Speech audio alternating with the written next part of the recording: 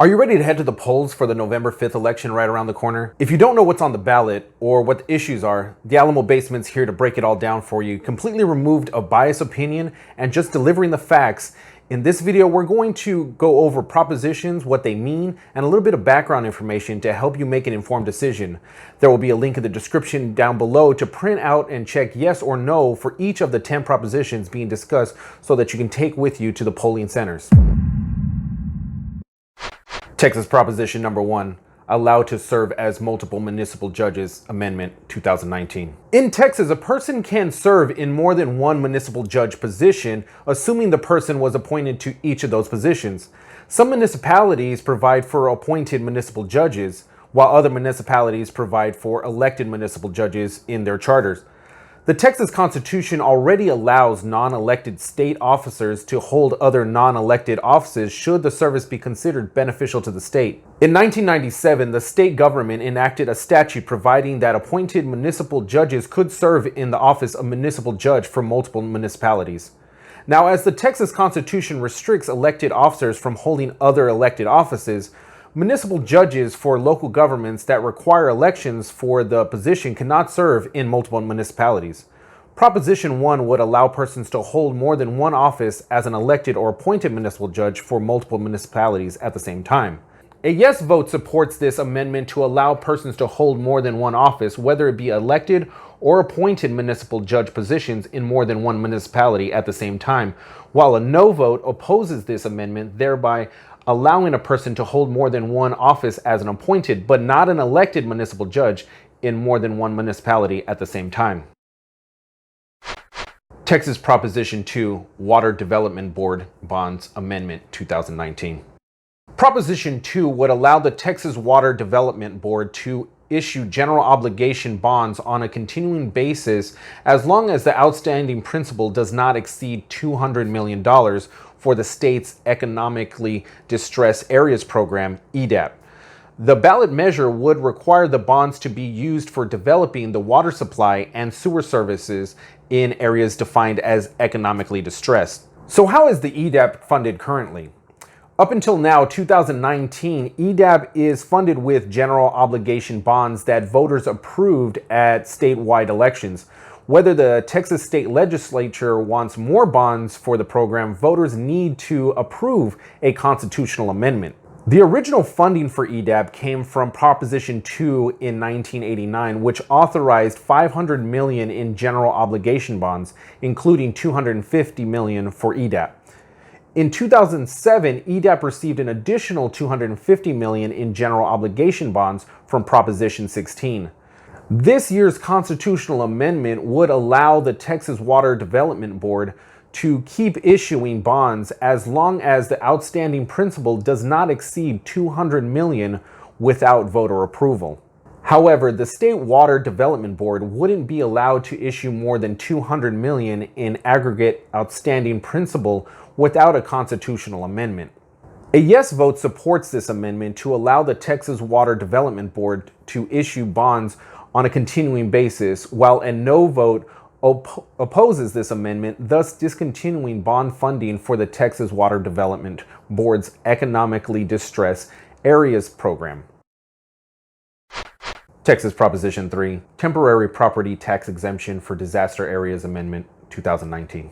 As of 2019, local governments in Texas had the power to reappraise the value of properties located within a government-declared disaster area that were damaged in the disaster. Proposition 3 would authorize the state legislature to require local governments to provide tax exemptions for properties in government-declared disaster areas. The state legislature also passed a bill to implement Proposition 3, and it is necessary to also discuss House Bill 492 to truly understand this amendment. House Bill 492 was signed into law earlier this year. It would provide specifics including rules and regulations for local governments to provide for tax exemptions in governor-declared disaster areas. House Bill 492 would also allow local governments to provide an exemption within 60 days after the governor declared an area to be a disaster. Properties that would be eligible for an exemption are tangible personal property used for production of income, an improvement to real property, or manufactured homes used as a dwelling. Residents of the area would follow an application for an exemption, and then the chief appraiser would determine the property's damage. The bill would provide for assigning properties with damage ratings starting at a level 1, 2, 3, or 4. The different levels would provide for the size of the tax exemption. Exemptions would expire the next time a property is reappraised, which in Texas must occur at least once every 3 years. A yes vote supports this amendment to require political subdivisions to provide temporary tax exemption to areas that the governor declared as disaster areas, while a no vote opposes this amendment, thus continuing to allow property appraisals following disasters but not tax exemptions. Texas Proposition 4 prohibits state income tax on individual amendment 2019. The Texas state constitution requires the state legislature to put legislation enacting an income tax before voters as a statewide referendum, which voters could approve or reject. Placing a referendum before voters requires a simple majority vote of 50% plus 1 in each legislative chamber. Proposition 4 would replace the referendum requirement with a ban on enacting an income tax on individuals. Since Proposition 4's ban on income tax would be a provision of the Texas Constitution, a 2/3 vote in each legislative chamber and statewide referendum would be needed to repeal or amend the ban. Therefore, one of the practical effects of Proposition 4 would be to increase the legislative vote requirement to authorize state income tax. Proposition 4 would also repeal the existing requirement that if a state income tax would be enacted, it would be used to reduce school property taxes and increase education funding. The ballot measure would also replace the phrase tax on net incomes of natural persons with the phrase tax on net incomes of individuals. There is a disagreement between some of the supporters and opponents of the measure regarding the relevance and meaning of the change from natural persons to individuals. On May 15, 2019, the Legislature Budget Board wrote this because Proposition 4 did not define individuals. The language could be interpreted to include businesses that are subject to the state's franchise tax. On May 27, 2019, the legislature passed a bill which Governor Abbott signed to define individuals as a natural person and exclude partnerships, corporations, banks, and other legal entities. A yes vote supports adding an amendment to prohibit the state from levying an income tax on individuals to the Texas Constitution, which requires a 2/3 legislature vote and a statewide referendum to amend.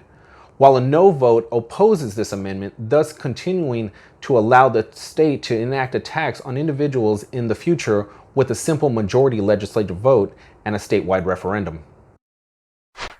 Texas Proposition 5, Sales Tax on Sporting Goods Dedicated to Parks, Wildlife, and Historical Agencies Amendment 2019. In Texas, the state legislature is allowed to appropriate revenue, 6.25%, from the state sales tax on sporting goods to the State Parks and Wildlife Department and the State Historical Commission. The Texas Comptroller and Public Accounts is responsible for estimating how much revenue the state tax on sporting goods generates using national market data on sporting goods sales. According to the Texas Senate Research Center, the actual appropriation is often much less than the estimated revenue. Proposition 5 adds language to the Texas Constitution to dedicate revenue from the sales tax on sporting goods to the State Parks and Wildlife Department and the State Historical Commission. Whereas the current law allows the legislature to allocate the revenue for other uses, Proposition 5 would add language to the Texas Constitution to dedicate revenue from the sales tax on sporting goods to the State Parks and Wildlife Department and the State Historical Commission. Whereas the current law allows the legislature to allocate the revenue for other uses, Proposition 5 would require a 2/3 vote in each legislative chamber to reduce the amount for the parks, wildlife, and historical agencies. Furthermore, the ballot measure would prohibit the legislature from decreasing the amount for the parks, wildlife, and historical agencies by more than 50%. A yes vote supports this constitutional amendment to dedicate revenue from the sales tax on sporting goods to the Texas Parks and Wildlife Department and the Texas Historical Commission, while a no vote opposes this constitutional amendment, thus allowing the legislature to decide how much of the revenue from the sales tax on sporting goods is allocated to the state's Parks and Wildlife Department and the state's Historical Commission. Texas Proposition 6, Cancer Prevention and Research Institute Bonds Amendment, 2019. Proposition 6 would allow the Texas State Legislature to increase the maximum amount of bonds for the Cancer Prevention and Research Institute of Texas, or CPRIT, from $3 billion to $6 billion. The state would be limited to issuing $300 million for CPRIT per year. So what is CPRIT? CPRIT was created in 2009 after voters approved Proposition 15 in 2007. Proposition 15 authorized the state to issue $3 billion in bonds to the Institute's operations, making grants for researching the causes of cancer and cures mitigation and developing cures mitigation procedures and prevention protocols and services. As of May this year, the Institute had issued $2.26 billion in grants, according to the Texas House Research Organization. The state is projected to run out of bonds for CPRIT between the years 2020 and 2022. A yes vote supports this amendment to allow the legislature to increase the maximum amount of bonds for the Cancer Prevention and Research Institute of Texas from $3 billion to $6 billion, while a no vote opposes this amendment, therefore keeping the maximum amount of bonds for the Cancer Prevention and Research Institute of Texas at $3 billion. Texas Proposition 7, Increased Distributions to School Fund Amendment, 2019. The Permanent School Fund was created in 1854 for the purpose of investing revenue from state-owned lands, such as leasing mineral rights to oil and gas companies and grazing rights to ranchers. The Texas General Land Office manages state-owned lands, transferring the revenue from activities on the lands to the State Board of Education. This then invests the revenue, some of the interest of the revenue, but not the principal, is allocated to the available school fund, which then distributes the funding to the school districts throughout the state each year. In 2011, voters approved Proposition 6, which gave the Texas General Land Office the power to direct up to $300 million in proceeds from activities on state-owned lands to the available school fund each year. Proposition 7 would increase the maximum amount of revenue the Texas General Land Office can direct to the available school fund each year from $300 million to $600 million. The ballot measure would also allow the State Board of Education to direct up to $600 million per year from land-related proceeds.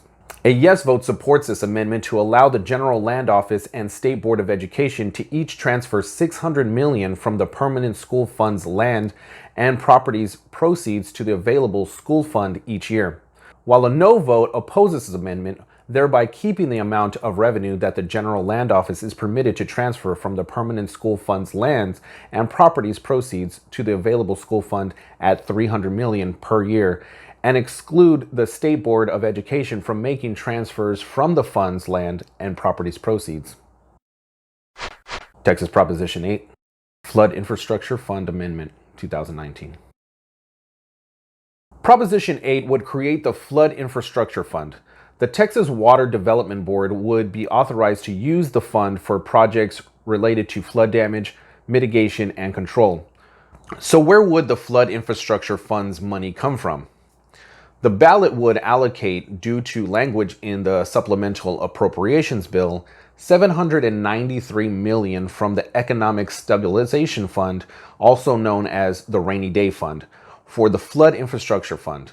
The enabling legislation for Proposition 8, Senate Bill 7, would outline how the Flood Infrastructure Fund receives revenue beyond the one-time $793 million from the Economic Stabilization Fund. According to Senate Bill 7, revenue could come from legislative appropriations, general obligation bonds, fees and other sources that the legislature dedicates for the fund, repayments of loans made from the fund, interest earned on credits, depository interest, money from gifts, grants or donations, and revenue bonds or other sources that the Texas Water Development Board designates for the fund. A yes vote supports this constitutional amendment to create the Flood Infrastructure Fund, which the Texas Water Development Board would use to provide financing for flood drainage, mitigation, and control projects, while a no vote opposes this constitutional amendment to create the Flood Infrastructure Fund. Texas Proposition 9, Precious metals in depositories exempt from property tax amendment 2019. Proposition 9 would allow the legislature to exempt precious metals held in precious metal depositories from property taxation. Approval of Proposition 9 would also enact House Bill 2859, the legislation exempting precious metals held in precious metal depositories from property taxation. House Bill 2859 would define precious metals as a metal including gold, silver, platinum, palladium, and rhodium that bears a high value to weight ratio and customarily is formed in bullion or specie. A precious metals depository is a facility where people can store their precious metals. The facility often charges a fee based on the value of the stored metals and provides security and insurance. House Bill 2859 would consider depositories where precious metals can be stored without taxation to those that are primarily engaged in the business of providing precious metal storage to the general public, and maintain sufficient insurance to cover precious metal depositories in the depository. A yes vote supports this amendment to allow the legislature to exempt precious metals held in precious metal depositories from property taxation, while a no vote opposes this amendment, thereby continuing to permit taxation of precious metals held in precious metal depositories as property. Texas Proposition 10, Transfer of Care of Law Enforcement Animals Amendment 2019.